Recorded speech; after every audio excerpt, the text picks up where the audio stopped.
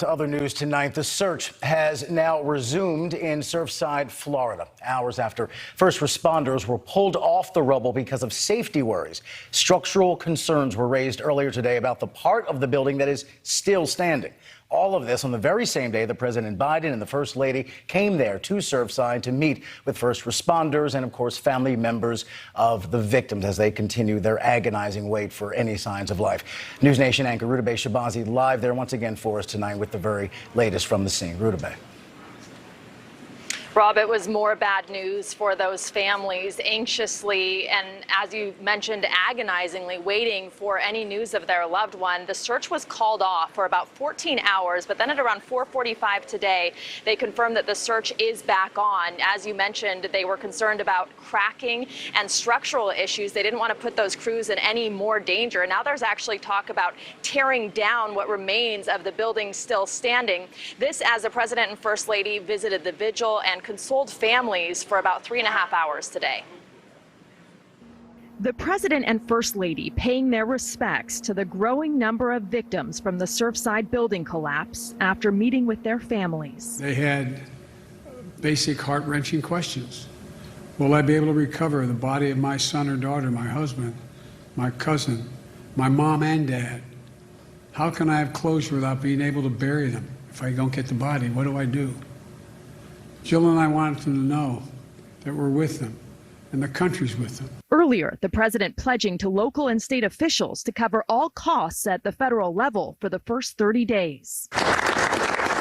And thanking the first responders who have been working around the clock. Families starting to lose hope as the search came to a temporary, excruciating halt after engineers found widening cracks in the standing structure and up to a foot of movement.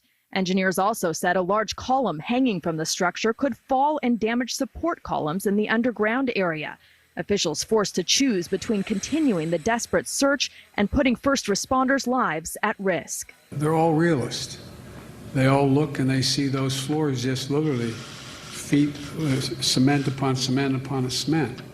You know, when I talked to some of the families, some of the people who did escape, survived, got out, they talked about watching the building collapse and watching as they're in the garage, one floor come down literally as a whole floor on top of another floor.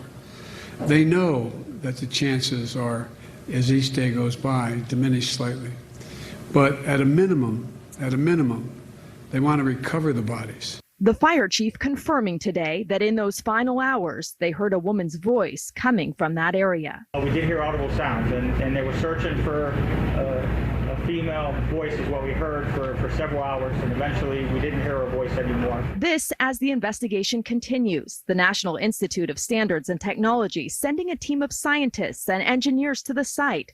And new information tonight about the former condo board president writing a letter just 2 months before the building came down, saying the structural problems identified in the 2018 report had gotten significantly worse and that major repairs would cost at least $15.5 million.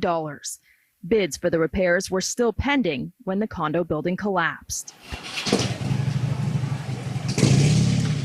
And Rob, tonight, during that briefing, the emergency manager also came and briefed South Floridians on how to prepare for a hurricane again, a possible hurricane, because Tropical Storm Elsa does have South Florida in its path. So you can imagine what a logistical nightmare that could be. They warned of possible strong winds and rain.